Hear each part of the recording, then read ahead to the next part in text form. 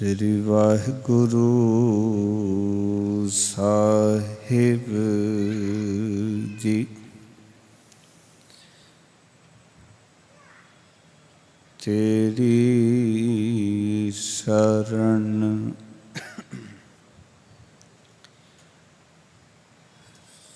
ਮੇਰੇ ਦੀਨ ਦਿਆਲਾ, ਸੁਖ ਸਾਗਰ ਮੇਰੇ ਗੁਰ ਗੋਪਾਲਾ। ਕਰ ਕਿਰਪਾ ਨਾਨਕ ਗੁਣ ਗਾਵੇ, ਰਾਖੋ ਸ਼ਰਮ ਅਸਾੜੀ ਜੀਓ। ਸਤਨਾਮ ਸ੍ਰੀ ਵਾਹਿਗੁਰੂ ਸਾਹਿਬ ਜੀ। ਗੋਂਡ ਧੰਨ ਗੋਪਾਲ ਧੰਨ ਗੁਰਦੇਵ, ਧੰਨ ਅਨਾਦ ਓਕੇ ਕਵਲ ਟਹਿਕੇਬ। ਧੰਨ ਓਏ ਸੰਤ ਜਿਨ ਐਸੀ ਜਾਨੀ, ਤਿਨ ਕੋ ਮਿਲਵੋ ਸਾਰੰਗ ਪਾਨੀ। ਆਦਿ ਪੁਰਖ ਤੇ ਹੋਏ ਅਨਾਦ, ਜਪੀਐ ਨਾਮ ਅੰਨ ਕੈ ਸਾਧ। ਰਹਾਉ ਜਪੀਐ ਨਾਮ ਜਪੀਐ ਅੰਨ, ਅੰਬੈ ਕੈ ਸੰਗ ਨੀਕਾ ਬਨ।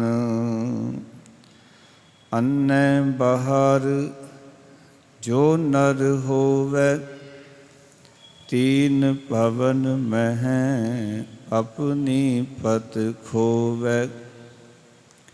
ਛੋਡੈ ਅੰਨ ਕਰਹਿ ਪਾਖੰਡ, ਨਾ ਉਹ ਸੁਹਾਗਣ ਨਾ ਉਹ ਰੰਡ।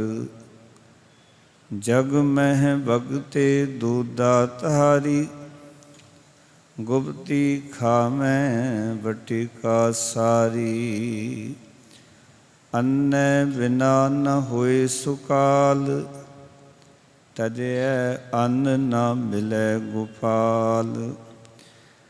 ਕਹੋ ਕਬੀਰ ਹਮ ਐਸੇ ਜਾਣਿਆ, ਧੰਨ ਅਨਾਦ ਠਾਕੁਰ ਮਨ ਮਾਨਿਆ। ਅੰਨੈ ਬਿਨਾ ਨ ਹੋਏ ਸੁਕਾਲ, ਤਜੈ ਅੰਨ ਨਾ ਮਿਲੈ ਗੋਪਾਲ। ਕਹੋ ਕਬੀਰ ਹਮ ਐਸੇ ਜਾਣਿਆ, ਧੰਨ ਅਨਾਦ ਠਾਕੁਰ ਮਨ ਮਾਨਿਆ।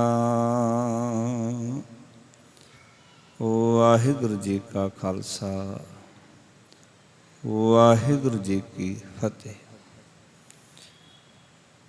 ਜਾਗਦੀ ਜੋਤ ਸ਼ਬਦ ਗੁਰੂ ਬਾਣੀ ਕੇ ਬੋਹਿਤ,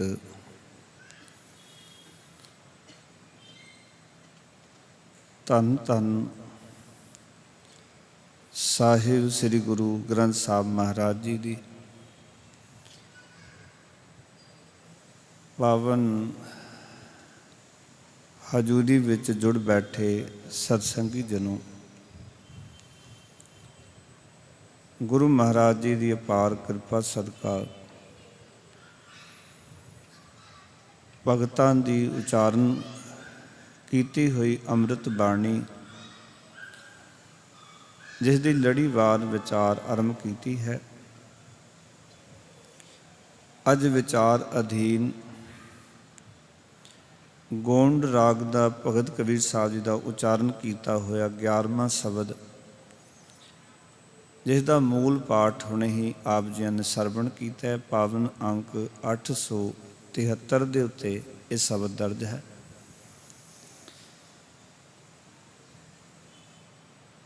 ਇਸ ਸ਼ਬਦ ਰਾਹੀਂ ਭਗਤ ਕਬੀਰ ਸਾਹਿਬ ਜੀ ਉਹਨਾਂ ਲੋਕਾਂ ਨੂੰ ਸਮਝਾਉਣਾ ਚਾਹੁੰਦੇ ਨੇ ਜਿਹੜੇ ਲੋਕ ਰੱਬ ਦੀ ਪ੍ਰਾਪਤੀ ਵਾਸਤੇ ਵਰਤ ਰੱਖਦੇ ਹਨ, ਅੰਨ ਦਾ ਤਿਆਗ ਕਰਦੇ ਹਨ। ਔਰ ਭਗਤ ਜੀ ਆਖਣ ਲੱਗੇ, ਅੰਨ ਦਾ ਤਿਆਗ ਕਰਕੇ ਵਰਤ ਰੱਖਣ ਦੇ ਨਾਲ ਰੱਬ ਦੀ ਪ੍ਰਾਪਤੀ ਨਹੀਂ ਹੋ ਸਕਦੀ। ਜੇ ਰੱਬ ਦੀ ਪ੍ਰਾਪਤੀ ਦਾ ਇਹੀ ਸਾਧਨ ਹੁੰਦਾ ਤੇ ਫਿਰ ਰੱਬ ਨੇ ਇਹ ਅੰਨ ਬਣਾਇਆ ਹੀ ਕਿਉਂ ਸੀ?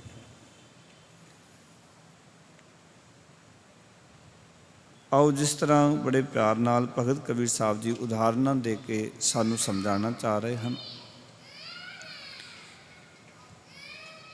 ਕਿ ਸਾਨੂੰ ਅੰਨ ਦਾ ਕਿਤਨਾ ਕੁ ਸਤਿਕਾਰ ਕਰਨਾ ਚਾਹੀਦਾ ਹੈ, ਤੇ ਅੰਨ ਸਾਡੇ ਜੀਵਨ ਦਾ ਆਧਾਰ ਇਸ ਤਰ੍ਹਾਂ ਹੀ ਹੈ ਜਿਵੇਂ ਅਕਾਲ ਪੁਰਖ ਵਾਹਿਗੁਰੂ ਹੈ। ਦੋਨੋਂ ਚੀਜ਼ਾਂ ਤੋਂ ਬਿਨਾਂ ਸਾਡਾ ਜੀਵਨ ਨਹੀਂ। ਆਓ ਪਿਆਰ ਨਾਲ ਅੱਜ ਦੇ ਇਹਨਾਂ ਬਚਨਾਂ ਨੂੰ ਸਮਝਣ ਦਾ ਯਤਨ ਕਰਾਂਗੇ। ਮਨੋਬਿਰਤੀਆਂ ਇਕਾਗਰ ਕਰੋ। ਧੰਨ ਧੰਨ ਸ੍ਰੀ ਗੁਰੂ ਗ੍ਰੰਥ ਸਾਹਿਬ ਮਹਾਰਾਜ ਜੀ ਦੇ ਪਾਵਨ ਚਰਨਾਂ 'ਚ ਸੀਸ ਝੁਕਾਓ। ਗੁਰਮੰਤਰ ਦੀ ਸਾਨ ਕਰਕੇ ਸੁਰਤੀਆਂ ਬਿਰਤੀਆਂ ਨੂੰ ਇਕਾਗਰ ਕਰੋ ਜੀ। ਪਿਆਰ ਨਾਲ ਆਖੋ ਜੀ, ਸਤਨਾਮ ਸ੍ਰੀ ਵਾਹਿਗੁਰੂ। ਫਿਰ ਕਰੋ ਕਿਰਪਾ, ਸਤਨਾਮ ਸ੍ਰੀ ਵਾਹਿਗੁਰੂ।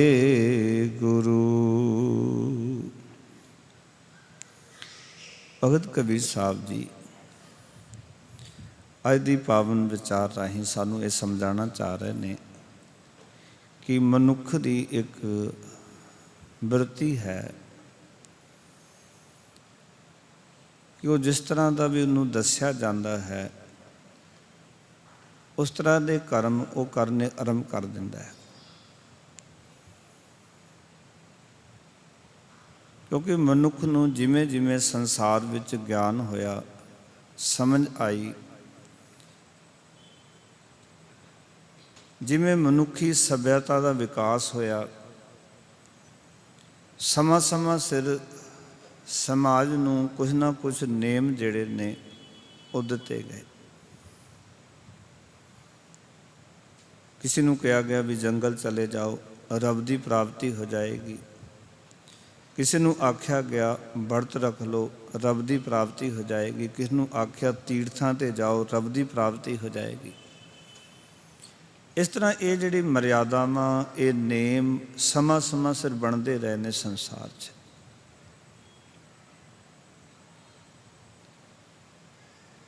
ਕਿਉਂਕਿ ਜਦੋਂ ਰੱਬ ਦੀ ਪ੍ਰਾਪਤੀ ਦੀ ਗੱਲ ਚੱਲੀ ਤਾਂ ਆਮ ਇਹ ਧਾਰਨਾ ਸੀ ਮਨੁੱਖ ਦੀ ਕਿ ਇਸ ਮਨੁੱਖ ਨੂੰ ਇਹ ਵਿਕਾਰ ਤੰਗ ਕਰਦੇ ਹਨ, ਤੇ ਵਿਕਾਰ ਜਿਹੜੇ ਨੇ ਉਹ ਖਤਮ ਹੋ ਜਾਣਗੇ ਜੇ ਸਰੀਰ ਨੂੰ ਅੰਨ ਨਾ ਦਿੱਤਾ ਜਾਏ। ਇਸ ਤਰ੍ਹਾਂ ਦੀ ਇੱਕ ਵਿਚਾਰਧਾਰਾ ਸੀ ਵੀ ਜਦੋਂ ਭੁੱਖਾ ਰਹੇਗਾ ਮਨੁੱਖ, ਉਹਦੇ ਜਿਹੜੇ ਇਹ ਵਿਕਾਰ ਨੇ ਇਹ ਸ਼ਾਇਦ ਕਾਬੂ ਵਿੱਚ ਆ ਜਾਣਗੇ। ਪਰ ਗੁਰਮਤਿ ਆਖਦੀ ਹੈ ਇਸ ਤਰ੍ਹਾਂ ਮਨੁੱਖ ਇਹਨਾਂ ਵਿਕਾਰਾਂ ਨੂੰ ਕਾਬੂ ਵਿੱਚ ਨਹੀਂ ਕਰ ਸਕਦਾ, ਤੇ ਵਿਕਾਰ ਜਿੰਨਾ ਚਿਰ ਵਸ ਵਿੱਚ ਨਹੀਂ ਹੁੰਦੇ ਅਕਾਲ ਪੁਰਖ ਵਾਹਿਗੁਰੂ ਪ੍ਰਗਟ ਨਹੀਂ ਹੋ ਸਕਦਾ। ਕਿਉਂਕਿ ਦੇਖੋ ਜੀਵਨ ਦੇ ਅੰਦਰ ਗੁਰੂ ਸਾਹਿਬ ਸਾਨੂੰ ਆਖਦੇ ਨੇ, ਜਬ ਹਮ ਹੋਤੇ ਤਬ ਤੂੰ ਨਾਹੀਂ, ਅਬ ਤੂੰ ਹੀ ਮੈਂ ਨਾਹੀਂ। ਜਦੋਂ ਤੱਕ ਮਨੁੱਖ ਵਿੱਚ ਮੈਂ ਹੈ ਉਦੋਂ ਤੱਕ ਅਕਾਲ ਪੁਰਖ ਵਾਹਿਗੁਰੂ ਪ੍ਰਗਟ ਨਹੀਂ ਹੁੰਦਾ। ਤੇ ਮੈਂ ਤਾਂ ਅੰਨ ਛੱਡਣ ਨਾਲ ਨਹੀਂ ਛੱਡੀ ਜਾ ਸਕਦੀ, ਮੈਂ ਹੋਰ ਵੱਧ ਸਕਦੀ ਵੀ ਮੈਂ ਅੰਨ ਛੱਡ ਦਿੱਤਾ। ਦੂਜਿਆਂ ਨਾਲੋਂ ਮੈਂ ਚੰਗਾ, ਮੈਂ ਵਰਤ ਰੱਖਦਾ, ਮੈਂ ਉਪਾਸ ਕਰਦਾ। ਅਹੰਕਾਰ ਨੂੰ ਮਿਟਾਉਣਾ ਹੀ ਪ੍ਰਭੂ ਦੀ ਪ੍ਰਾਪਤੀ ਹੈ, ਰੱਬ ਦਾ ਮੇਲ ਹੈ। ਔਰ ਜਿੱਥੇ ਅਹੰਕਾਰ ਹੈ ਉੱਥੇ ਚਾਰ ਚੀਜ਼ਾਂ ਨਾਲ ਚੱਲਣਗੀਆਂ: ਕਾਮ, ਕ੍ਰੋਧ, ਲੋਭ ਅਤੇ ਮੋਹ। ਇਹਨਾਂ ਨੂੰ ਵੀ ਨਹੀਂ ਮਿਟਾਇਆ ਜਾ ਸਕਦਾ, ਕਿਉਂਕਿ ਇਹ ਚਾਰੇ ਪਨਪਦੇ ਹੀ ਮੈਂ ਦੇ ਆਸਰੇ 'ਤੇ ਨੇ। ਜਦੋਂ ਵੀ ਮਨੁੱਖ ਦੇ ਉੱਤੇ ਪ੍ਰਭਾਵ ਪਾਉਣਗੇ ਨਾ, ਇਹ ਮੈਂ ਦੇ ਆਸਰੇ 'ਤੇ ਪ੍ਰਭਾਵ ਪਾਉਂਦੇ। ਮੈਂ ਕੁਛ ਹਾਂ, ਅਹਮ, ਅਹੰਗ।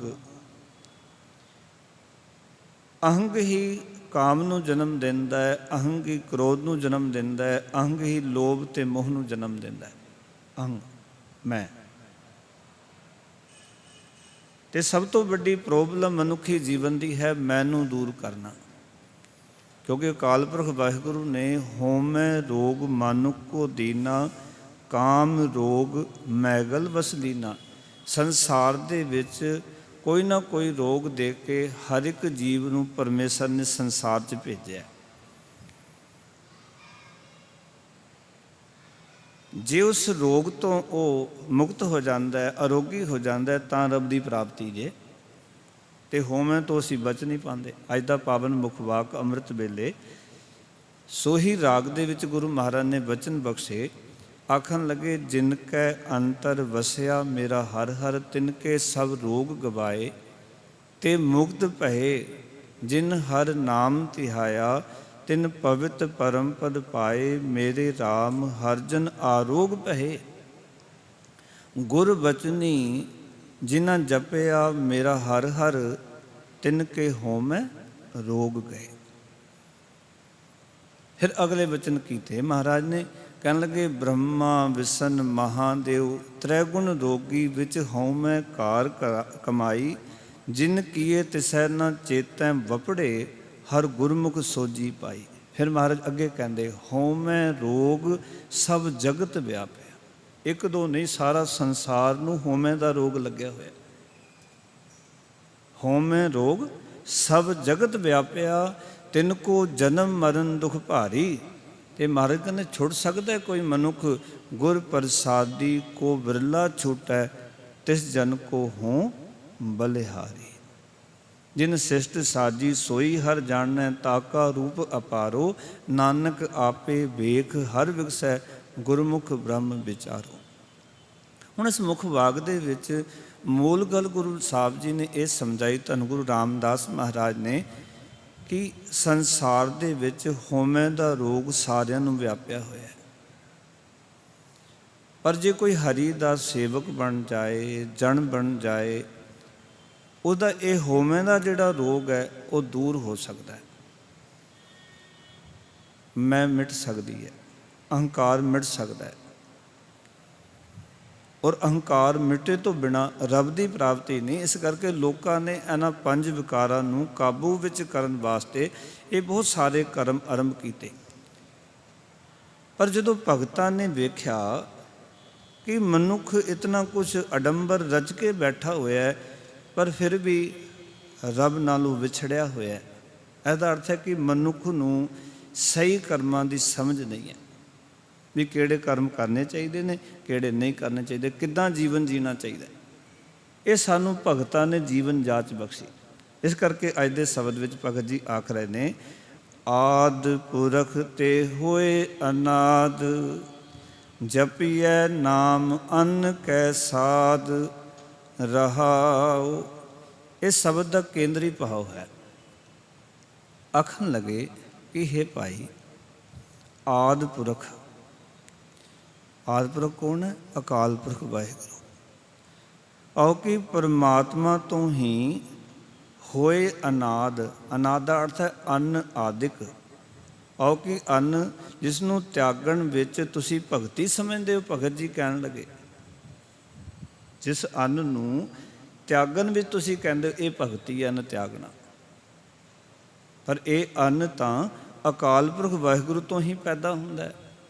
ਆਦਿ ਪੁਰਖ ਤੇ ਹੋਏ ਅਨਾਦ। ਅਨਾਦ ਅਰਥ ਅੰਨ ਆਦਿਕ, ਅਨਾਦ ਇਕੱਠਾ ਅੱਖਰ ਲਿਖਿਆ। ਅੰਨ ਪਲਸ ਆਦਿਕ ਪਾਓ ਕਿ ਅੰਨ ਆਦਿਕ ਚੀਜ਼ਾਂ ਜਿਹੜੀਆਂ ਨੇ ਉਹ ਅਕਾਲ ਪੁਰਖ ਵਾਹਿਗੁਰੂ ਜੀ ਤੋਂ ਹੀ ਪੈਦਾ ਹੁੰਦੀਆਂ,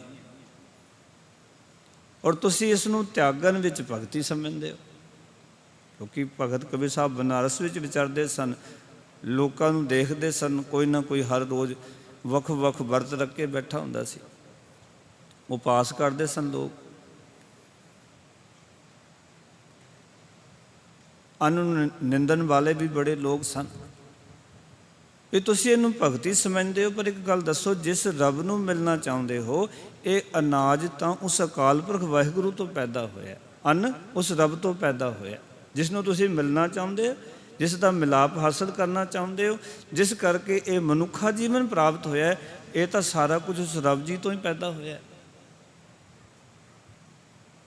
ਫਿਰ ਰੱਬ ਦੀ ਪੈਦਾ ਕੀਤੀ ਹੋਈ ਜਿਹੜੀ ਇਹ ਦਾਤ ਹੈ, ਇਹ ਤੁਹਾਡੇ ਮਿਲਾਪ ਦੇ ਵਿੱਚ ਰੁਕਾਵਟ ਕਿਵੇਂ ਬਣ ਸਕਦੀ ਹੈ? ਤੁਸੀਂ ਇਹਨੂੰ ਰੁਕਾਵਟ ਸਮਝਦੇ ਹੋ। ਫਿਰ ਕਹਿਣ ਲੱਗੇ, ਜਪੀਐ ਨਾਮ ਅੰਨ ਕੈ ਸਾਧ, ਪਰਮਾਤਮਾ ਦਾ ਨਾਮ ਵੀ ਅੰਨ ਖਾਦਿਆਂ ਹੀ ਜਪਿਆ ਜਾ ਸਕਦਾ ਹੈ। ਜੇ ਅੰਨ ਦਾ ਸਵਾਦ ਨਹੀਂ, ਭੁੱਖ ਲੱਗੀ ਹੋਵੇ, ਭਗਤ ਜੀ ਨੇ ਕਿਉਂ ਕਿਹਾ, ਭੁੱਖੇ ਭਗਤ ਨਾ ਕੀਜੈ, ਇਹ ਮਾਲਾ ਆਪਣੀ ਲੀਜੈ। ਨਹੀਂ ਚਾਹੀਦੀ ਮਾਲਾ, ਭੁੱਖਿਆਂ ਭਗਤੀ ਨਹੀਂ ਹੁੰਦੀ। ਕਿਉਂਕਿ ਜਿੰਨਾ ਚਿਰ ਸਰੀਰ, ਦੇਖੋ ਗੁਰੂ ਸਾਹਿਬ ਜੀ ਦੀ ਪਰੰਪਰਾ ਵੇਖੋ, ਜਦੋਂ ਗੁਰੂ ਅਮਰਦਾਸ ਮਹਾਰਾਜ ਦੇ ਦਰ 'ਤੇ ਕੋਈ ਜਗਿਆਸੂ ਆਉਂਦਾ ਸੀ ਨਾ, ਗੋਇੰਦਵਾਲ ਸਾਹਿਬ, ਤਾਂ ਗੁਰੂ ਅਮਰਦਾਸ ਮਹਾਰਾਜ ਸਭ ਤੋਂ ਪਹਿਲਾਂ ਕਹਿੰਦੇ ਸਨ ਵੀ ਪੰਗਤ ਵਿੱਚ ਜਾ ਕੇ ਬੈਠੋ, ਫਿਰ ਸੰਗਤ ਵਿੱਚ ਆਉਣਾ, ਸਾਡੇ ਦਰਸ਼ਨ ਬਾਅਦ ਦੇ ਵਿੱਚ ਕਰਨਾ, ਪਹਿਲਾਂ ਪੰਗਤ ਵਿੱਚ ਜਾ ਕੇ ਪ੍ਰਸਾਦਾ ਛਕੋ।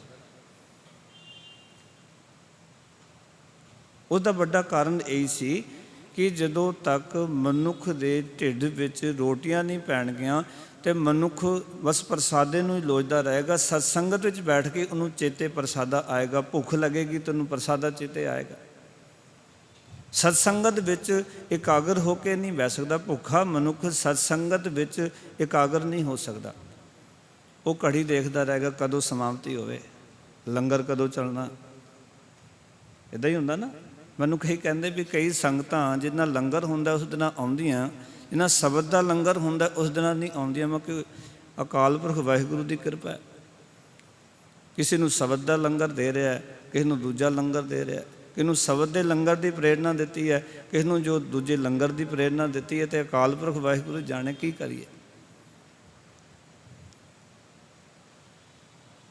ਅਸਲ ਵਿੱਚ ਗੁਰੂ ਅਮਰਦਾਸ ਮਹਾਰਾਜ ਨੇ ਪਰ ਇੱਕ ਜਿੱਥੇ ਪਰੰਪਰਾ ਕਾਇਮ ਕੀਤੀ, ਇੱਕ ਰੀਤ, ਇੱਕ ਪ੍ਰੇਰਨਾ ਕੀਤੀ, ਇੱਕ ਮਰਿਆਦਾ ਕਾਇਮ ਕੀਤੀ ਲੰਗਰ ਦੀ, ਉੱਥੇ ਉਸ ਦਾ ਮਕਸਦ ਹੀ ਇਹ ਸੀ ਕਿ ਹਰ ਇੱਕ ਮਨੁੱਖ ਜਦੋਂ ਸਤਸੰਗਤ ਵਿੱਚ ਬੈਠੇ ਪਹਿਲਾਂ ਢਿੱਡ ਭਰਿਆ ਹੋਣਾ ਚਾਹੀਦਾ, ਤਾਂ ਕਿ ਜਿੰਨਾ ਚਿਰ ਗੁਰੂ ਸਾਹਿਬ ਵਚਨ ਕਰਨ, ਗੁਰੂ ਮਹਾਰਾਜ ਉਪਦੇਸ਼ ਕਰਨ, ਉਹਨਾਂ ਚਿਰ ਜਿਹੜਾ ਜਗਿਆਸੂ ਆਇਆ ਉਹਨਾਂ ਵਚਨਾਂ ਨੂੰ ਬੜੀ ਤਸੱਲੀ ਨਾਲ ਸੁਣ ਸਕੇ।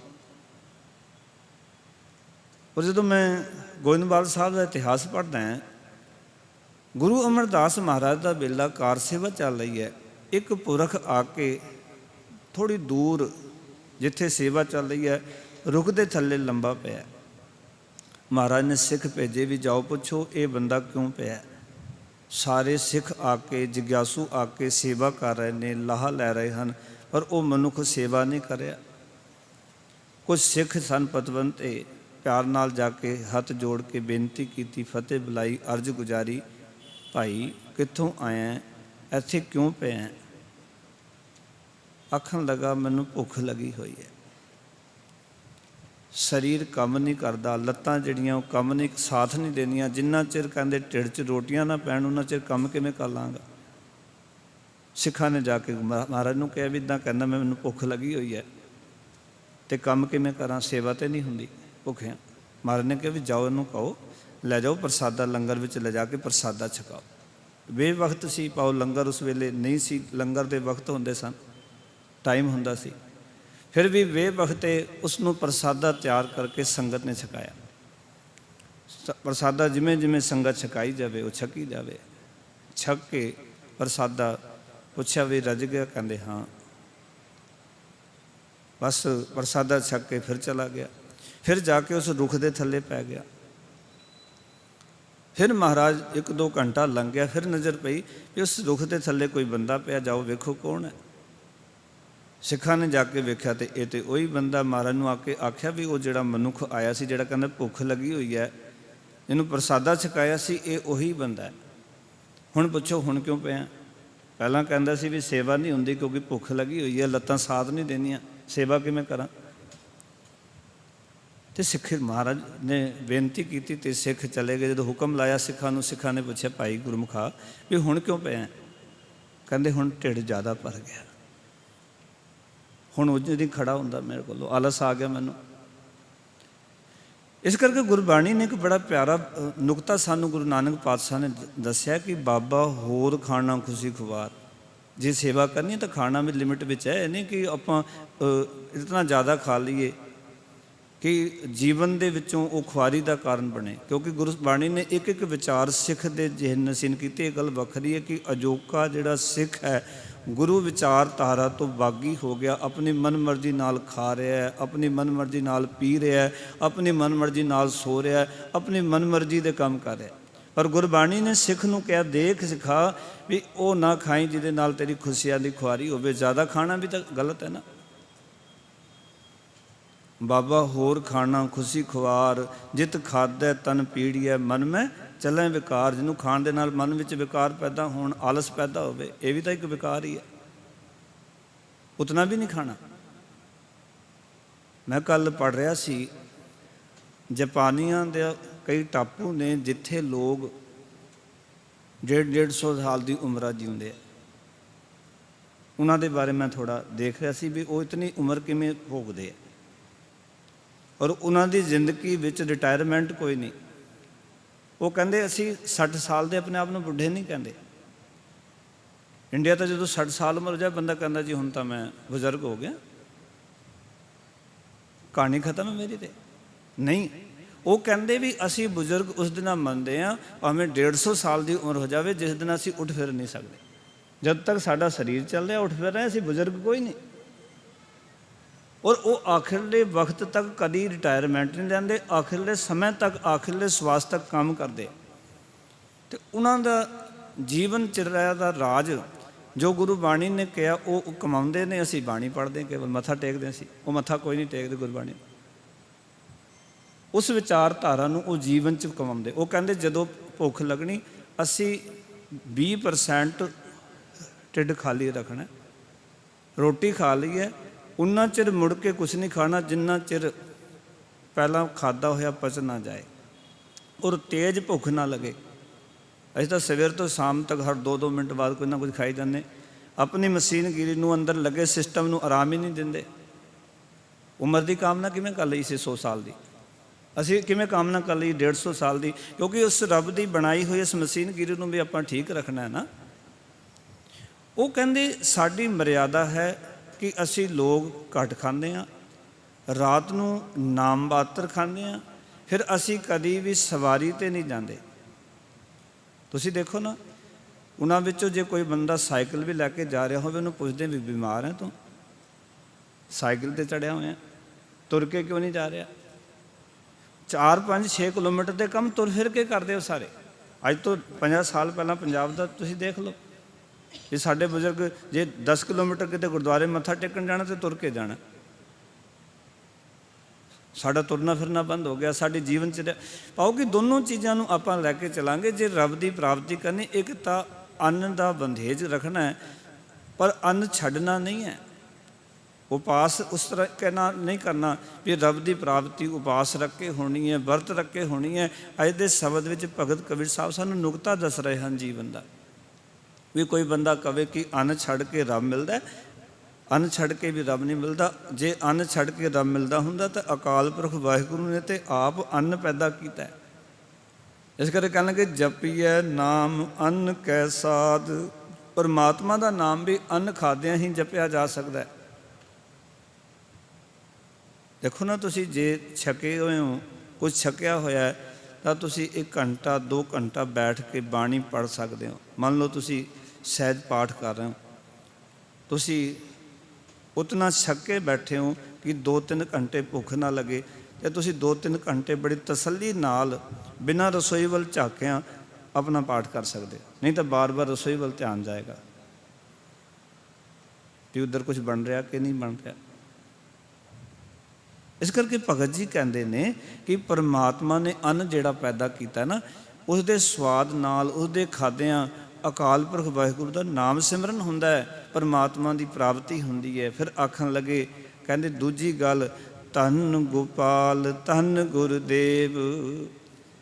ਆਖਣ ਲੱਗੇ ਧੰਨਤਾ ਦੇ ਯੋਗ ਹੈ ਉਹ ਗੋਪਾਲ, ਧਰਤੀ ਨੂੰ ਪਾਲਣ ਵਾਲਾ, ਜਿਸ ਨੇ ਸੰਸਾਰ ਦੇ ਵਿੱਚ ਇਹ ਅੰਨ ਪੈਦਾ ਕੀਤਾ ਹੈ। ਕਹਿੰਦੇ ਉਹ ਧੰਨ ਹੈ ਧਰਤੀ ਦਾ ਪਾਲਣ ਵਾਲਾ ਪ੍ਰਭੂ ਜੋ ਅੰਨ ਪੈਦਾ ਕਰਦਾ ਹੈ। ਧੰਨ ਗੁਰਦੇਵ। ਭਗਤ ਕਬੀਰ ਸਾਹਿਬ ਕਹਿੰਦੇ ਧੰਨ ਹੈ ਗੁਰੂ ਜੋ ਐਸੇ ਪ੍ਰਭੂ ਦੀ ਸੂਝ ਬਖਸ਼ਦਾ ਹੈ। ਇਹ ਗੁਰੂ ਤਾਂ ਸਾਨੂੰ ਸਮਝਾ ਰਿਹਾ, ਗੁਰਬਾਣੀ ਤਾਂ ਸਾਨੂੰ ਸਮਝਾ ਰਹੀ ਹੈ ਕਿ ਉਹ ਅਕਾਲ ਪੁਰਖ ਵਾਹਿਗੁਰੂ ਜਿਹੜਾ ਹੈ ਨਾ, ਉਹ ਧੰਨਤਾ ਦੇ ਯੋਗ ਹੈ, ਜਿਸ ਨੇ ਸੰਸਾਰ ਦੇ ਵਿੱਚ ਸਾਡੀ ਪਾਲਣਾ ਕਰਨ ਵਾਸਤੇ ਇਹ ਅੰਨ ਪੈਦਾ ਕੀਤਾ, ਵੀ ਸਾਡੀ ਪਾਲਣਾ ਹੋ ਸਕੇ। ਸਾਡੇ ਸਰੀਰ ਨੂੰ ਚਲਾਉਣ ਵਾਸਤੇ ਉਹ ਚੀਜ਼ਾਂ ਪੈਦਾ ਕੀਤੀਆਂ ਅਕਾਲ ਪੁਰਖ ਵਾਹਿਗੁਰੂ ਨੇ, ਜਿਨ੍ਹਾਂ ਦੇ ਨਾਲ ਸਾਡਾ ਸਰੀਰ ਸੌਖਾ ਚੱਲੇ, ਜਿਸ ਦੇ ਨਾਲ ਅਸੀਂ ਆਪਣੇ ਜੀਵਨ ਦੇ ਮਕਸਦ ਵਿੱਚ ਪੂਰੇ ਹੋ ਜਾਈਏ, ਅਕਾਲ ਪੁਰਖ ਵਾਹਿਗੁਰੂ ਦੀ ਪ੍ਰਾਪਤੀ ਕਰ ਲਈਏ। ਕਹਿੰਦੇ ਉਹ ਗੋਪਾਲ ਵੀ ਧੰਨ, ਗੁਰੂ ਵੀ ਧੰਨ, ਜਿਹੜਾ ਉਸ ਅਕਾਲ ਪੁਰਖ ਵਾਹਿਗੁਰੂ ਦੀ ਸੋਝੀ ਦਿੰਦਾ। ਫਿਰ ਕਹਿਣ ਲੱਗੇ ਧੰਨ ਅਨਾਦ ਭੂਖੇ ਕਬਲ ਟਹਿ ਕੇਵ। ਭਗਤ ਜੀ ਕਹਿਣ ਲੱਗੇ, ਕਹਿੰਦੇ ਨੇ ਧੰਨ ਅਨਾਦ। ਅਨਾਦ ਦਾ ਅਰਥ ਹੈ ਅੰਨ ਆਦਿਕ, ਅਨਾਦ ਦਾ ਅਰਥ ਹੈ ਅਨਾਜ। ਆਖਣ ਲੱਗੇ ਧੰਨ ਹੈ ਅੰਨ ਜਿਸ ਨਾਲ ਭੁੱਖੇ ਮਨੁੱਖ ਦਾ ਹਿਰਦਾ, ਕਹਿੰਦੇ ਨੇ ਫੁੱਲ ਵਾਂਗ ਮਹਿਕ ਉੱਠਦਾ ਹੈ। ਦੇਖੋ ਨਾ, ਜੋ ਭੁੱਖ ਲੱਗੀ ਹੋਵੇ ਬੰਦਾ ਮੁਰਝਾਇਆ ਜਿਹਾ ਹੁੰਦਾ, ਜਿਵੇਂ ਫੁੱਲ ਸੁੱਕਿਆ ਹੁੰਦਾ ਨਾ, ਜਿਵੇਂ ਰੋਟੀਆਂ ਅੰਦਰ ਜਾਂਦੀਆਂ ਚਿਹਰੇ 'ਤੇ ਰੌਣਕ ਆ ਜਾਂਦੀ। ਪ੍ਰਸਾਦਾ ਅੰਦਰ ਗਿਆ। ਭਗਤ ਜੀ ਕਹਿੰਦੇ ਨੇ ਧੰਨ ਹੈ ਅੰਨ। ਦੇਖੋ ਧੰਨ ਅਨਾਦ ਭੂਖੇ ਕਵਲ ਟਹਿ ਕੇਵ। ਭੁੱਖੇ ਮਨੁੱਖ ਦੇ, ਕਵਲ ਦਾ ਅਰਥ ਹੈ ਕਵਲ ਵਰਗਾ ਹਿਰਦਾ ਜਿਹੜਾ ਮਨੁੱਖ ਦਾ, ਟਹਿ ਕੇਵ ਦਾ ਅਰਥ ਹੈ ਖਿੜ ਪੈਂਦਾ ਹੈ। ਕਿਉਂਕਿ ਧੰਨ ਹੈ ਅੰਨ ਜਿਸ ਨਾਲ ਭੁੱਖੇ ਮਨੁੱਖ ਦਾ ਹਿਰਦਾ ਫੁੱਲ ਵਾਂਗ ਖਿੜ ਪੈਂਦਾ ਹੈ। ਜਿਵੇਂ ਅੰਨ ਅੰਦਰ ਜਾਂਦਾ ਹੈ, ਮਨੁੱਖ ਦੀਆਂ ਲੱਤਾਂ ਵੀ ਸਹੀ ਕੰਮ ਕਰਨ ਲੱਗ ਪੈਂਦੀਆਂ, ਉਹਦਾ ਚਿਹਰਾ ਮੁਰਝਾਇਆ ਹੁੰਦਾ ਹੈ, ਉਹ ਵੀ ਬੜਾ ਖਿੜ ਜਾਂਦਾ ਹੈ। ਕਿਉਂ? ਕਿਉਂਕਿ ਅੰਨ ਨੇ ਇਸ ਸਰੀਰ ਨੂੰ ਸਹਾਰਾ ਦੇ ਦਿੱਤਾ। ਕਹਿੰਦੇ ਧੰਨਤਾ ਦੇ ਯੋਗ ਹੈ ਉਹ ਅੰਨ। ਤੁਸੀਂ ਕਹਿੰਦੇ ਵੀ ਅੰਨ ਛੱਡ ਦਿਓ, ਤੁਸੀਂ ਕਹਿੰਦੇ ਵਰਤ ਰੱਖਣਾ ਚਾਹੀਦਾ ਰੱਬ ਦੀ ਪ੍ਰਾਪਤੀ ਵਾਸਤੇ। ਭਗਤ ਜੀ ਕਹਿੰਦੇ ਅੰਨ ਛੱਡਿਆ ਰੱਬ ਦੀ ਪ੍ਰਾਪਤੀ ਨਹੀਂ। ਤੇ ਫਿਰ ਕਹਿਣ ਲੱਗੇ, ਕਹਿੰਦੇ ਧੰਨ ਓਏ ਸੰਤ ਜਿਨ ਐਸੀ ਜਾਨੀ। ਆਖਣ ਲੱਗੇ ਉਹ ਸੰਤ ਵੀ ਧੰਨਤਾ ਦੇ ਯੋਗ ਨੇ। ਕਹਿੰਦੇ ਜਿਨ੍ਹਾਂ ਨੇ ਇਹ ਸਮਝ ਲਈ ਗੱਲ ਕਿ ਇਹ ਅੰਨ ਧੰਨਤਾ ਦੇ ਯੋਗ ਹੈ, ਉਹ ਸੰਤ ਵੀ ਧੰਨਤਾ ਦੇ ਯੋਗ ਨੇ, ਉਹ ਰੱਬ ਦੇ ਪਿਆਰੇ ਵੀ ਧੰਨਤਾ ਦੇ ਯੋਗ ਨੇ। ਤਿੰਨ ਕੋ ਮਿਲਬੋ ਸਾਰੰਗ ਪਾਣੀ। ਕਹਿੰਦੇ ਅੰਨ ਖਾ ਕੇ ਪ੍ਰਭੂ ਨੂੰ ਸਿਮਰਦੇ ਹਨ ਤੇ ਉਹਨਾਂ ਨੂੰ ਉਹ ਸਾਰੰਗ ਪਾਣੀ ਅਕਾਲ ਪੁਰਖ ਵਾਹਿਗੁਰੂ ਮਿਲਦਾ ਹੈ। ਕਹਿੰਦੇ ਉਹ ਸੰਤ ਧੰਨਤਾ ਦੇ ਯੋਗ ਨੇ, ਜਿਹੜੇ ਕਿ ਅੰਨ ਖਾ ਕੇ ਪਰਮੇਸ਼ਰ ਦੇ ਨਾਮ ਨੂੰ ਜਪਦੇ ਹਨ।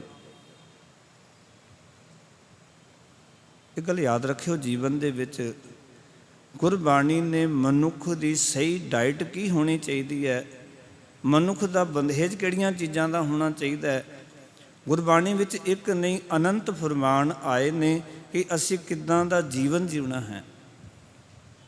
ਜਦੋਂ ਸਿੱਖਾਂ ਨੇ ਪੁੱਛਿਆ ਸੀ ਨਾ ਮਹਾਰਾਜ ਸੱਚੇ ਪਾਤਸ਼ਾਹ ਜੀ ਨੂੰ, ਇਹ ਤੁਸੀਂ ਇੱਕ ਗੱਲ ਦੱਸੋ ਕਿ ਅਸੀਂ ਵਰਤ ਕਿਹੜਾ ਰੱਖੀਏ।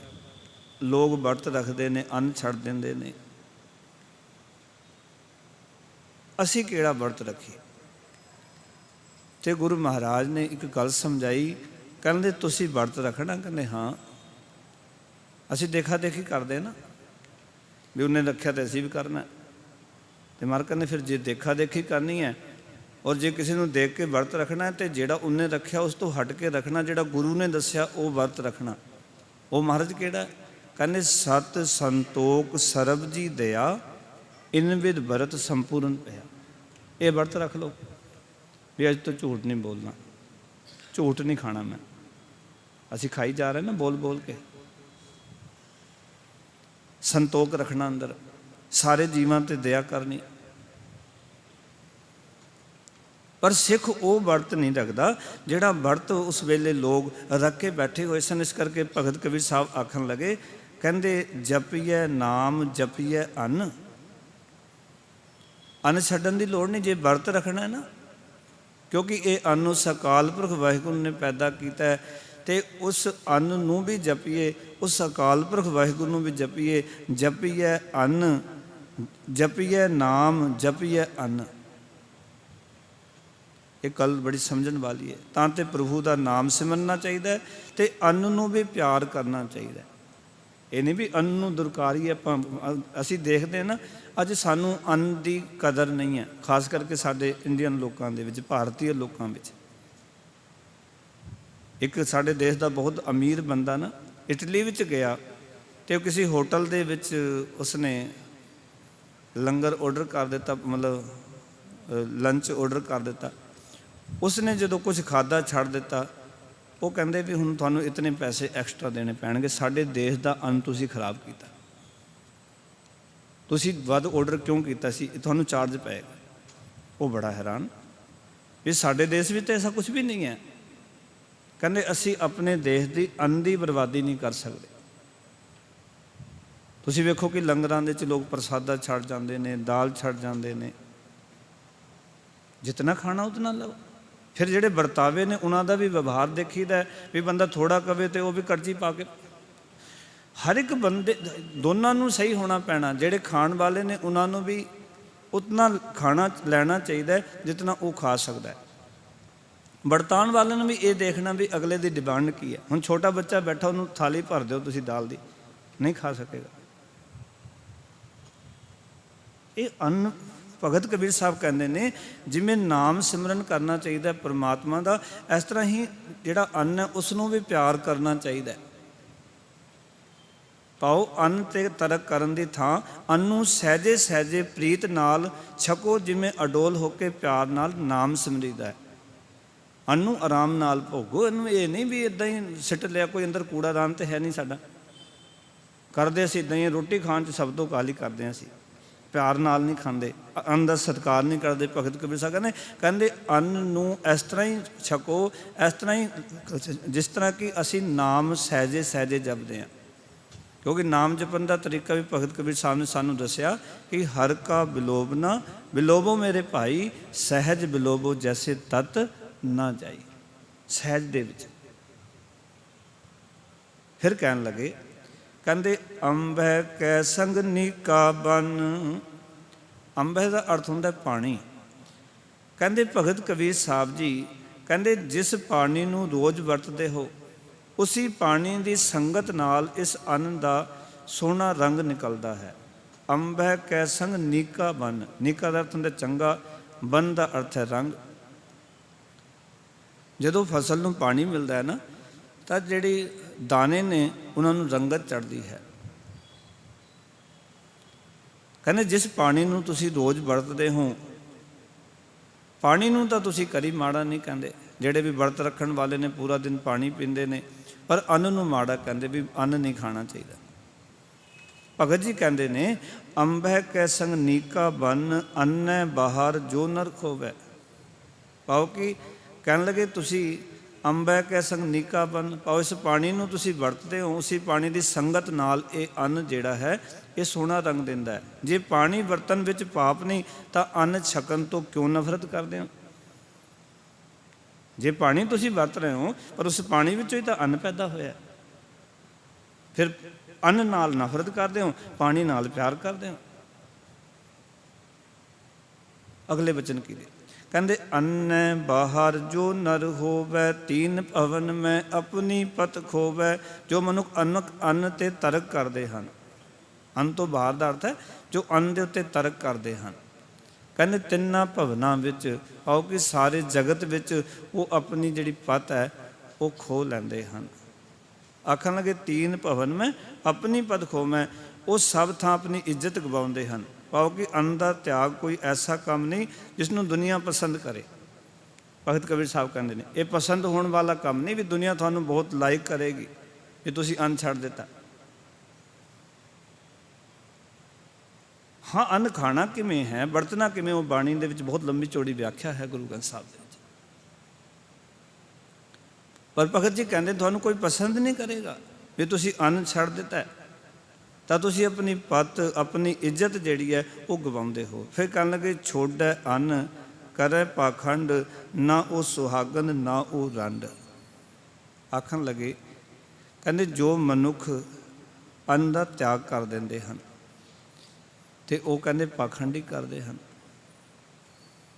ਕਿਉਂਕਿ ਅੰਨ ਦਾ ਤਿਆਗ ਕਰਨ ਦੇ ਨਾਲ ਇਹ ਸਾਡਾ ਸਰੀਰ ਨਹੀਂ ਚੱਲ ਸਕਦਾ।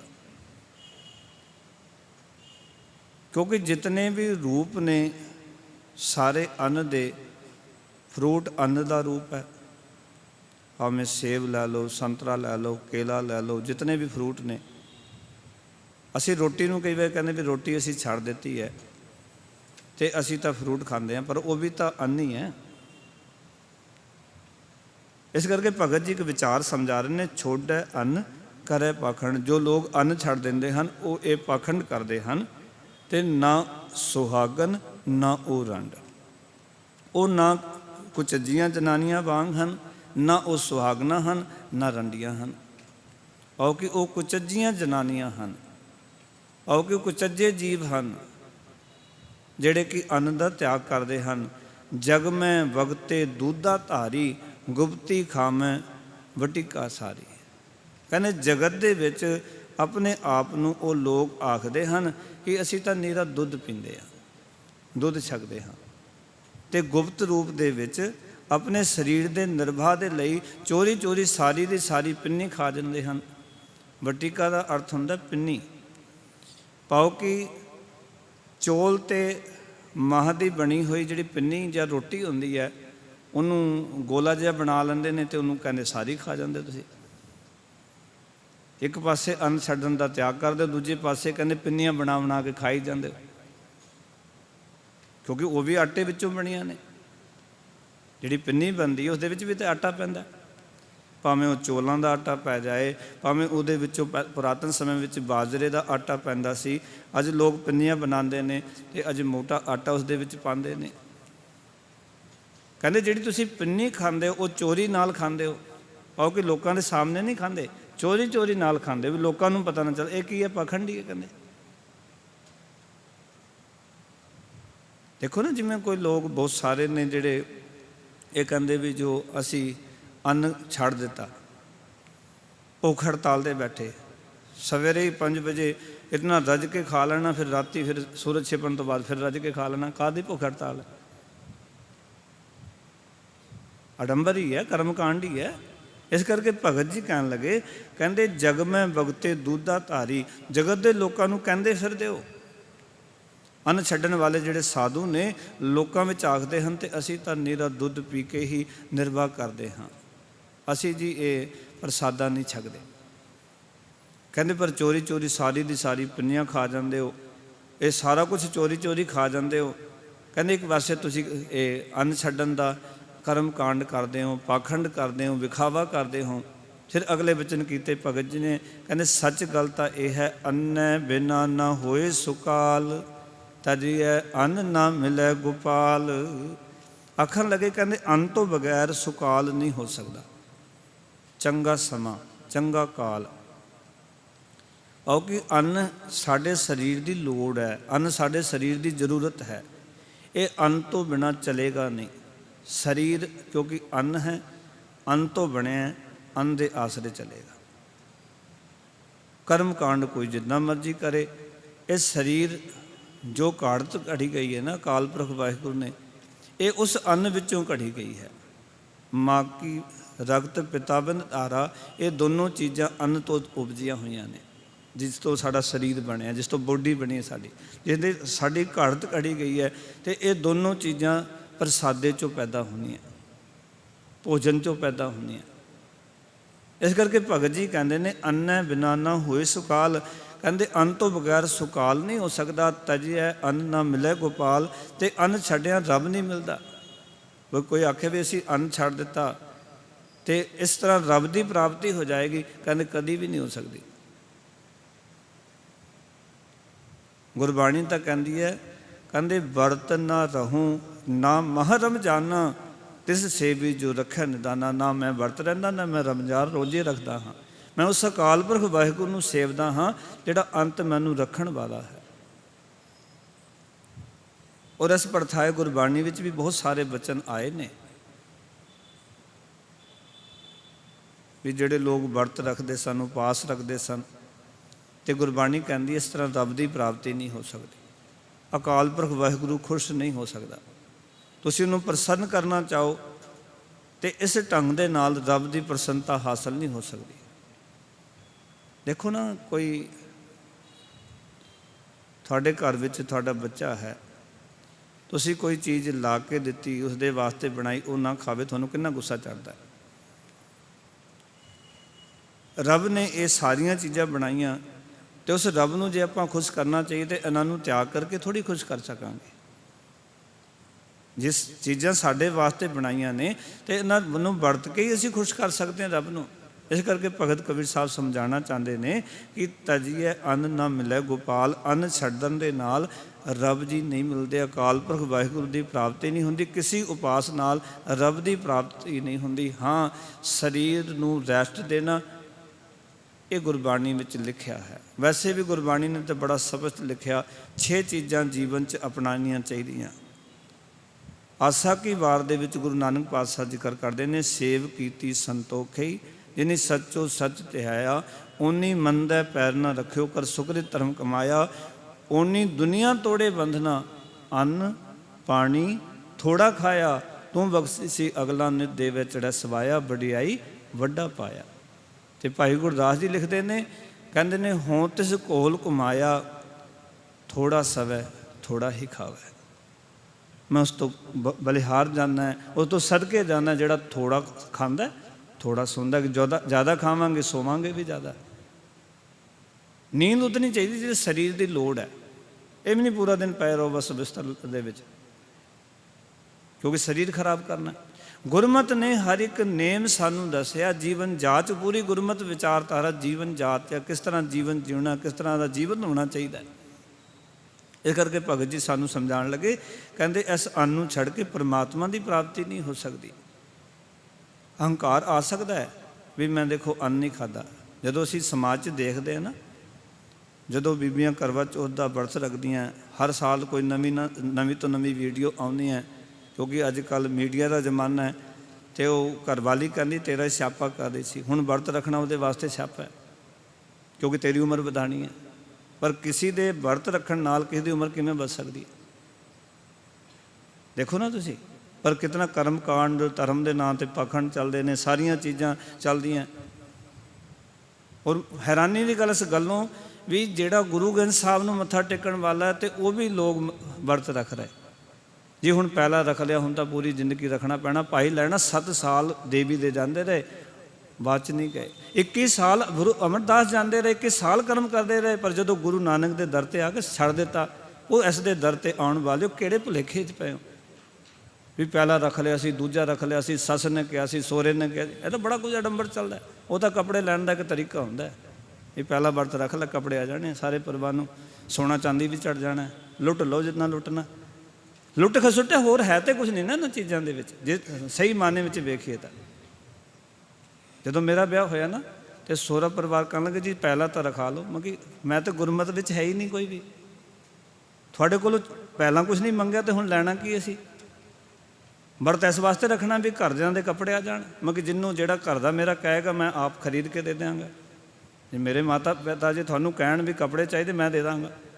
ਪਰ ਇਹ ਕਰਮ ਕਾਂਡ, ਇਹ ਗੁਰਮਤ ਨੇ ਸਾਨੂੰ ਰੋਕਿਆ। ਜੇ ਇੱਕ ਪ੍ਰਚਾਰਕ, ਮੈਂ ਤਾਂ ਹੈਰਾਨੀ ਦੀ ਗੱਲ ਤੁਹਾਨੂੰ ਦੱਸਾਂ ਕਿ 70-80% ਪ੍ਰਚਾਰਕਾਂ ਦੀਆਂ ਜਨਾਨੀਆਂ ਵਰਤ ਰੱਖਦੀਆਂ। ਤੁਸੀਂ ਕਿੱਥੇ ਸਿੱਖੀ ਦਾ ਪ੍ਰਚਾਰ ਕਰ ਲਓਗੇ? 70-80% ਸਿੱਖੀ ਦਾ ਪ੍ਰਚਾਰ ਕਿਵੇਂ ਹੋਏਗਾ? 70-80% ਜਨਾਨੀਆਂ ਸਿੱਖਾਂ ਜਿਹੜੇ ਪ੍ਰਚਾਰਕ ਨੇ, ਉਹਨਾਂ ਦੀਆਂ ਵੀਰਵਾਰ ਨੂੰ ਕੇਸੀ ਇਸ਼ਨਾਨ ਨਹੀਂ ਕਰਦੀਆਂ, ਕੱਪੜੇ ਨਹੀਂ ਧੋਂਦੀਆਂ। ਤੁਸੀਂ ਕਿੱਥੇ ਸਿੱਖੀ ਦਾ ਪ੍ਰਚਾਰ ਕਰ ਲਓਗੇ? ਸਾਨੂੰ ਜਾਗਣਾ ਪੈਣਾ, ਆਪਣੇ ਆਪ ਤੋਂ ਸ਼ੁਰੂਆਤ ਕਰਨੀ ਪੈਣੀ ਹੈ। ਪਰ ਅਸੀਂ ਦੂਜੇ ਪਾਸੇ ਚੱਲ ਗਏ, ਅਸੀਂ ਕਰਮਕਾਂਡੀ ਹੋ ਗਏ, ਬਈ ਪਤਾ ਨਹੀਂ ਕੀ ਹੋ ਜਾਣਾ। ਇੱਕ ਮੈਂ ਬੇਨਤੀ ਕਰਾਂ, ਜੀਵਨ ਜਿਤਨਾ ਵੀ ਮਿਲਿਆ ਨਾ ਸਾਨੂੰ, ਕਿਸੇ ਦੇ ਮੁਕਾਣ ਨਾਲ ਮੁਕਣਾ ਨਹੀਂ, ਕਿਸੇ ਦੇ ਵਿਧਾਨ ਨਾਲ ਵਧਣਾ ਨਹੀਂ। ਇਹ ਪੱਕੀ ਪੱਲੇ ਗੰਢ ਮੰਨ ਲਓ। ਇਹ ਜਿਹੜੇ ਜੀਵਨ ਮਿਲਿਆ ਨਾ, ਇਹ ਅਟਲ ਸੱਚਾਈ ਇਹ ਹੈ। ਇੱਕ ਵਿਦਵਾਨ ਲਿਖਦਾ ਹੈ, ਕਹਿੰਦੇ ਵਧੈ ਵਧੈ ਘਟੈ ਘਟੈ, ਨਾ ਵਧੈ ਨਾ ਘਟੈ। ਵਧੈ ਵਧੈ ਤ੍ਰਿਸ਼ਨਾ ਵਧ ਰਹੀ ਹੈ, ਘਟੈ ਘਟੈ ਉਮਰ ਘਟ ਰਹੀ ਹੈ। ਕਹਿੰਦੇ ਨਾ ਵਧੈ ਨਾ ਘਟੈ, ਮੌਤ ਦਾ ਦਿਨ ਕਹਿੰਦੇ ਪੱਕਾ ਹੈ, ਨਾ ਇੱਕ ਦਿਨ ਘਟ ਸਕਦਾ ਨਾ ਇੱਕ ਦਿਨ ਵੱਧ ਸਕਦਾ। ਦੁਨੀਆ ਦੀ ਕੋਈ ਤਾਕਤ ਨਹੀਂ ਜੇ ਇੱਕ ਦਿਨ ਵਧਾ ਦੇਵੇ। ਕੋਈ ਡਾਕਟਰ ਨਹੀਂ ਪੈਦਾ ਹੋਇਆ ਅੱਜ ਤੱਕ ਜਿਹੜਾ ਇੱਕ ਦਿਨ ਵਧਾ ਸਕੇ। ਜੇ ਰੱਬ ਨੇ ਨਹੀਂ ਵਧਾਇਆ ਨਾ ਤੇ ਦੁਨੀਆ ਦੀ ਕੋਈ ਤਾਕਤ ਨਹੀਂ। ਨਾ ਇੱਕ ਦਿਨ ਵੱਧ ਸਕਦਾ ਨਾ ਇੱਕ ਦਿਨ ਘਟ ਸਕਦਾ। ਇਹ ਪੱਕਾ ਹੈ। ਗੁਰੂ ਗ੍ਰੰਥ ਸਾਹਿਬ ਜੀ ਕਹਿੰਦੇ। ਫਿਰ ਸਾਡੇ ਵਰਤ ਰੱਖਣ ਨਾਲ ਕੀ ਹੋ ਰਿਹਾ? ਕਿਉਂ ਨਹੀਂ ਅਸੀਂ ਕਰਮਕਾਂਡ ਛੱਡ ਰਹੇ? ਕਿਉਂ ਨਹੀਂ ਅੱਜ ਵਿਖਾਵੇ ਦੀ ਜ਼ਿੰਦਗੀ ਤੋਂ ਅਸੀਂ ਨਿਜਾਤ ਦੇ ਰਹੇ ਆਪਣੇ ਪਰਿਵਾਰਾਂ ਨੂੰ? ਕਿਉਂ ਅਸੀਂ ਅੱਜ ਜੋ ਲਾਲਚ ਦੇ ਵਿੱਚ ਪਏ ਹੋਏ ਹਾਂ? ਗੁਰੂ ਗ੍ਰੰਥ ਸਾਹਿਬ ਜੀ ਇੱਕ ਗੱਲ ਕਹਿੰਦੇ ਨੇ, ਸਿੱਖੋ ਇਹ ਪੱਲੇ ਬੰਨ ਲੈਣਾ। ਜੋ ਜੋ ਕਰਮ ਕੀਏ ਲਾਲਚ ਲਗਤੇ ਤੇ ਆਪ ਬੰਧਾਵੇ। ਜਿਹੜੇ ਜਿਹੜੇ ਲਾਲਚ ਪਿੱਛੇ ਕੰਮ ਕਰਾਂਗੇ ਬੰਨਣਾ ਵਿੱਚ ਬੰਨੇ ਜਾਵਾਂਗੇ। ਔਰ ਬੰਨੇ ਹੋਏ ਹਾਂ ਅਸੀਂ। ਲਾਲਚ ਅਧੀਨ ਕੰਮ ਹੋ ਰਿਹਾ ਨਾ ਸਾਰੇ। ਇਹ ਵਰਤ ਵੀ ਲਾਲਚ ਅਧੀਨ ਰੱਖੇ ਜਾ ਰਹੇ ਨੇ। ਕਰਮ ਕਾਂਡ ਜਿਤਨੇ ਵੀ ਨੇ ਸਭ ਲਾਲਚ ਦੇ ਅਧੀਨ ਨੇ। ਜਾਂ ਤਾਂ ਧਾਰਮਿਕ ਬੰਦੇ ਨੂੰ ਲਾਲਚ ਹੈ, ਜਾਂ ਫਿਰ ਜੋ ਪਰਿਵਾਰ ਦੇ ਵਿੱਚ ਇੱਕ ਦੂਜੇ ਨੂੰ ਆਪਸ ਦੇ ਵਿੱਚ ਲਾਲਚ ਹੈ। ਹੋਰ ਤੀਜਾ ਤੇ ਕੋਈ ਕਾਰਨ ਨਹੀਂ ਲੱਭਣਾ ਤੁਹਾਨੂੰ। ਦੋ ਹੀ ਕਾਰਨ ਲੱਭਣਗੇ। ਇੱਕ ਜਦ ਧਾਰਮਿਕ ਆਗੂ ਜਿਹੜਾ ਹੋਏਗਾ, ਤੁਹਾਡਾ ਗਿਆਨੀ ਹੋਏਗਾ, ਤੁਹਾਡਾ ਪੰਡਤ ਹੋਏਗਾ, ਤੁਹਾਡਾ ਮੌਲਾਨਾ ਹੋਏਗਾ, ਤੁਹਾਡਾ ਪਾਸਟਰ ਹੋਏਗਾ, ਉਹਨੂੰ ਲਾਲਚ ਹੋਏਗਾ। ਜਾਂ ਫਿਰ ਜੋ ਤੁਹਾਡੇ ਘਰ ਦੇ ਵਿੱਚ ਕਿਸੇ ਜੀਵ ਨੂੰ ਲਾਲਚ ਹੋਏਗਾ। ਉਸ ਤੋਂ ਬਗੈਰ ਤਾਂ ਇਹ ਕਰਮਕਾਂਡ ਚੱਲ ਹੀ ਨਹੀਂ ਸਕਦੇ, ਪੈਰ ਹੀ ਨਹੀਂ ਇਹਨਾਂ ਦੇ। ਤੇ ਜਿਤਨੇ ਵੀ ਕੰਮ ਲਾਲਚ ਅਧੀਨ ਕਰਾਂਗੇ ਬੰਧਨਾਂ ਵਿੱਚ ਬੰਨੇ ਜਾਵਾਂਗੇ। ਅੱਜ ਸਿੱਖ ਸਮਾਜ ਨੂੰ ਜਦੋਂ ਉਦਾਸ ਨੇੜੇ ਹੋ ਕੇ ਵੇਖਦਾ, ਹਰ ਘਰ ਦੇ ਵਿੱਚ ਬੰਧਨ, ਘਰ ਭਰੇ ਪਏ ਨੇ। ਘਰ ਦੇ ਵਿੱਚ ਜਿੱਥੇ ਕਿ ਨਾ ਕਹਿੰਦੇ ਪੂਜਾ ਸਥਾਨ ਬਣਾਇਆ, ਕੋਈ ਦੇਵੀ ਦੇਵਤਾ ਨਹੀਂ ਛੱਡੇ, ਇਹ ਕੋਈ ਈਸਾ ਮਸੀਹ ਨਹੀਂ ਛੱਡਿਆ, ਕੋਈ ਬੁੱਧ ਨਹੀਂ ਛੱਡਿਆ, ਸਭ ਦੀਆਂ ਫੋਟੋਆਂ ਲਾਈਆਂ ਹੋਈਆਂ। ਜਿਸ ਘਰ 'ਚ ਜਾਂਦਾ ਦਾਸ ਨੋਟ ਕਰਦਾ ਜਾ ਕੇ, ਪਹਿਲਾਂ ਦੇਖਦਾ ਕੀ ਹੈ, ਮਹਾਤਮਾ ਬੁੱਧ ਦੀ ਫੋਟੋ ਉੱਥੇ ਲੱਗੀ ਹੈ, ਜੈਨ ਮੁਨੀ ਦੀ ਫੋਟੋ ਉੱਥੇ ਲੱਗੀ ਹੋਈ ਹੈ। ਉਹ ਕਿਹਦੇ ਸੇਵਕ ਹੋ ਤੁਸੀਂ? ਗੁਰੂ ਨਾਨਕ ਦੀ ਫੋਟੋ ਉੱਥੇ ਲੱਗੀ ਹੈ। ਗੁਰੂ ਨਾਨਕ ਤਾਂ ਫੋਟੋ ਹੈ ਹੀ ਨਹੀਂ, ਗੁਰੂ ਨਾਨਕ ਤਾਂ ਸ਼ਬਦ ਹੈ, ਗੁਰੂ ਨਾਨਕ ਤਾਂ ਜਪਜੀ ਸਾਹਿਬ ਹੈ, ਗੁਰੂ ਨਾਨਕ ਤਾਂ ਆਸਾ ਕੀ ਵਾਰ ਹੈ। ਜੋ ਲਗਾਉਣਾ ਚਾਹੀਦਾ ਸੀ ਉਹ ਸਾਡੇ ਘਰਾਂ ਵਿੱਚ ਹੈ ਨਹੀਂ। ਅਸੀਂ ਅੱਜ ਉਹਨਾਂ ਨੂੰ ਧੋਪਾ ਦੇ ਹੀ ਜਾਂਦੇ, ਉਹਨਾਂ ਨੂੰ ਖੁਸ਼ ਕਰਨ ਦਾ ਯਤਨ ਕਰ। ਦੁਕਾਨਾਂ ਵਿੱਚ ਜਾਓ ਉੱਥੇ, ਫੈਕਟਰੀਆਂ 'ਚ ਜਾਓ ਉੱਥੇ, ਘਰਾਂ ਵਿੱਚ ਜਾਓ ਉੱਥੇ। ਅਸੀਂ ਕਿਹੜੇ ਦੁਨੀਆ 'ਚ ਜੀ ਰਹੇ ਹਾਂ? ਇਹਨਾਂ ਚੀਜ਼ਾਂ ਤੋਂ ਖੇੜਾ ਛੱਡੋ ਆਪਣਾ। ਸੱਚੀ ਸੁੱਚੀ ਭਗਤੀ ਸਿੱਖ ਦੀ ਇਹ ਹੈ ਕਿ ਕਿਰਤ ਕਰੋ, ਨਾਮ ਜਪੋ, ਵੰਡ ਕੇ ਛਕੋ। ਜੋ ਗੁਰੂ ਨੇ ਸਿਧਾਂਤ ਦ੍ਰਿੜ ਕਰਾਇਆ ਉਹਦੇ ਉੱਤੇ ਪਹਿਰਾ ਦੇਣ ਦੀ ਲੋੜ ਹੈ। ਇਸ ਕਰਕੇ ਕਬੀਰ ਸਾਹਿਬ ਜੀ ਇੱਥੇ ਗੱਲ ਸਮਝਾਉਣ ਲੱਗੇ, ਆਖਣ ਲੱਗੇ, ਕਹਿੰਦੇ ਕਿ ਗੱਲ ਯਾਦ ਰੱਖਿਓ ਜੀਵਨ ਦੇ ਵਿੱਚ। ਕਹਿੰਦੇ ਨੇ ਅੰਨੇ ਬਿਨਾ ਨਾ ਹੋਏ ਸੁਕਾਲ, ਤਜੀਏ ਅੰਨ ਨਾ ਮਿਲੇ ਗੋਪਾਲ।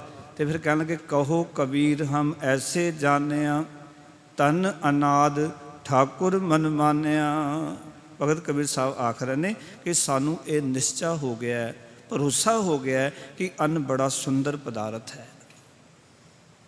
ਕਬੀਰ ਸਾਹਿਬ ਕਹਿੰਦੇ ਸਾਨੂੰ ਇਹ ਭਰੋਸਾ ਹੋ ਗਿਆ ਵੀ ਅੰਨ ਵਰਗਾ ਸੁੰਦਰ ਪਦਾਰਥ ਕੋਈ ਨਹੀਂ, ਜਿਹੜਾ ਕਿ ਸਾਡੇ ਸਰੀਰ ਨੂੰ ਥੰਮੀ ਦਿੰਦਾ ਹੈ। ਟੇਕ ਹੈ ਸਰੀਰ ਦੀ ਅੰਨ। ਇਸ ਤੋਂ ਸੋਹਣਾ ਪਦਾਰਥ ਕੀ ਹੋ ਸਕਦਾ ਹੈ? ਲੱਤਾਂ ਕੰਬ ਰਹੀਆਂ ਹੋਣ, ਸਰੀਰ ਨਿਢਾਲ ਹੋਇਆ ਹੋਵੇ, ਜਿਵੇਂ ਰੋਟੀ ਖਾਂਦੇ ਆ ਸਰੀਰ ਇੱਕਦਮ ਤੰਦਰੁਸਤ ਹੋ ਜਾਂਦਾ ਹੈ, ਖੜਾ ਹੋ ਜਾਂਦਾ ਹੈ, ਐਨਰਜੀ ਮਿਲਦੀ ਹੈ ਸਰੀਰ ਨੂੰ। ਡਾਕਟਰ ਕਿਉਂ ਕਹਿੰਦਾ ਕਿਸੇ ਨੂੰ ਬੁਖਾਰ ਚੜ੍ਹਿਆ ਹੋਵੇ, ਬਿਮਾਰ ਹੋਵੇ, ਉਹ ਕਹਿੰਦਾ ਰੋਟੀ ਨਹੀਂ ਛੱਡਣੀ। ਕਿਉਂ? ਉਹਨੂੰ ਪਤਾ ਵੀ ਜੇ ਐਨਰਜੀ ਦੀ ਚੀਜ਼ਾਂ ਨਹੀਂ ਖਾਏਗਾ ਤਾਂ ਸਰੀਰ ਹੋਰ ਨਿਢਾਲ ਹੋ ਜਾਏਗਾ, ਸਰੀਰ ਇਹ ਖਤਮ ਹੀ ਹੋ ਸਕਦਾ ਹੈ। ਇਸ ਕਰਕੇ ਕਹਿੰਦੇ ਰੋਟੀ ਨਹੀਂ ਛੱਡਣੀ। ਔਰ ਜਿਹੜੇ ਰੋਟੀ ਖਾਂਦੇ ਰਹਿੰਦੇ ਨੇ ਉਹ ਛੇਤੀ ਕਵਰ ਕਰ ਜਾਂਦੇ, ਜਿਹੜੇ ਸਭ ਕੁਝ ਛੱਡ ਜਾਂਦੇ ਉਹ ਕਵਰ ਨਹੀਂ ਕਰ ਪਾਉਂਦੇ। ਗਲੂਕੋਜ਼ ਦੇ ਆਸਰੇ ਨਾਲ ਨਹੀਂ ਸਰੀਰ ਚੱਲਣਾ, ਮਾਫ ਕਰਨਾ ਮੈਨੂੰ। ਇਸ ਸਰੀਰ ਨੂੰ ਚਲਾਉਣ ਵਾਸਤੇ ਜੋ ਗੁਰਦੇਵ ਨੇ ਬਣਾਇਆ ਉਹ ਸਾਰਾ ਕੁਝ ਵਰਤਣਾ ਜ਼ਰੂਰੀ ਹੈ। ਇਸ ਤਰ੍ਹਾਂ ਰੱਬ ਦੀ ਪ੍ਰਾਪਤੀ ਨਹੀਂ। ਤਾਂ ਕਰਕੇ ਗੁਰਬਾਣੀ ਨੇ ਕਿਹਾ ਕਿ ਗ੍ਰਹਿ ਤਜ ਬਨ ਖੰਡ ਚਾਹੀਏ, ਚੁਨ ਖਾਈਏ ਕੰਦਾ, ਅਜਹੂ ਵਿਕਾਰ ਨਾ ਛੋੜੀ, ਪਾਪੀ ਮਨ ਮੰਦਾ। ਗੱਲ ਤਾਂ ਇਹ ਹੈ, ਅੰਨ ਛੱਡਣ ਦੀ ਲੋੜ ਨਹੀਂ, ਵਿਕਾਰ ਛੱਡਣ ਦੀ ਲੋੜ ਹੈ। ਅੰਨ ਛੱਡਣ ਦੀ ਲੋੜ ਨਹੀਂ, ਬੁਰਾਈਆਂ ਛੱਡਣ ਦੀ ਲੋੜ ਹੈ। ਅੰਨ ਛੱਡਣ ਦੀ ਲੋੜ ਨਹੀਂ, ਨਿੰਦਾ ਚੁਗਲੀ ਮੇਰ ਤੇਰ ਤੋਂ ਬਚਣ ਦੀ ਲੋੜ ਹੈ। ਉਸ ਤੋਂ ਅਸੀਂ ਬਚਦੇ ਕੋਈ ਨਹੀਂ। ਵਰਤ ਰੱਖਣ ਦੀ ਲੋੜ ਨਹੀਂ ਹੈ। ਵਰਤ ਰੱਖਣਾ ਤਾਂ ਇਹਨਾਂ ਦਾ ਰੱਖੋ ਨਾ, ਬਈ ਅੱਜ ਤੋਂ ਮੈਂ ਨਿੰਦਾ ਨਹੀਂ ਕਰਨੀ, ਅੱਜ ਤੋਂ ਮੈਂ ਹੰਕਾਰ ਨਹੀਂ ਕਰਨਾ, ਅੱਜ ਤੋਂ ਕਿਸੇ ਦਾ ਬੁਰਾ ਨਹੀਂ ਕਰਨਾ, ਅੱਜ ਤੋਂ ਜਵਾਨ ਤੋਂ ਮਾੜਾ ਨਹੀਂ ਬੋਲਣਾ। ਰੱਖ ਲਓ ਵਰਤ। ਇਹ ਗੁਰੂ ਗ੍ਰੰਥ ਸਾਹਿਬ ਜੀ ਕਹਿ ਰਹੇ, ਗੁਰੂ ਪਿਤਾ ਦਾ ਉਪਦੇਸ਼ ਹੈ ਸਾਡੇ ਸਾਰੇ। ਲਾਸਟ ਪੰਕਤੀ 'ਚ ਕਹਿਣ ਲੱਗੇ, ਕਹੋ ਕਬੀਰ ਹਮ ਐਸੇ ਜਾਣਿਆ, ਧਨ ਅਨਾਦ ਠਾਕੁਰ ਮਨ ਮਾਨਿਆ। ਕਬੀਰ ਸਾਹਿਬ ਕਹਿੰਦੇ ਹੁਣ ਇਹ ਨਿਸ਼ਚਾ ਹੋ ਗਿਆ ਕਿ ਅੰਨ ਬੜਾ ਸੁੰਦਰ ਹੈ। ਜਿਸ ਨੂੰ ਖਾਦਿਆਂ ਸਿਮਰਨ ਕਰਕੇ ਸਾਡਾ ਮਨ ਪਰਮਾਤਮਾ ਨਾਲ ਜੁੜਦਾ ਹੈ। ਇਸ ਕਰਕੇ ਅੰਨ ਧਨਤਾ ਦੇ ਯੋਗ ਹੈ, ਅੰਨ ਧਨਤਾ ਦਾ ਪਾਤਰ ਹੈ। ਜਿਸ ਅੰਨ ਨੂੰ ਖਾ ਕੇ ਰੱਬ ਦਾ ਸਿਮਰਨ ਹੁੰਦਾ ਹੈ, ਪਰਮਾਤਮਾ ਦੀ ਸਿਫਤ ਸਲਾਹ ਹੁੰਦੀ ਹੈ। ਇਸ ਤਰ੍ਹਾਂ ਅੱਜ ਦੇ ਸ਼ਬਦ ਵਿੱਚ ਭਗਤ ਕਬੀਰ ਸਾਹਿਬ ਜੀ ਨੇ ਸਾਨੂੰ ਵਰਤ ਆਦਿ ਰੱਖਣ ਤੋਂ ਵਰਜ ਕੇ ਔਰ ਸੱਚਾ ਸੁੱਚਾ ਜੀਵਨ ਜੀਉਣ ਦੀ ਜੁਗਤ ਬਖਸ਼ੀ ਹੈ। ਔਰ ਅੰਨ ਨੂੰ ਧਨਤਾ ਦੇ ਯੋਗ ਕਿਹਾ।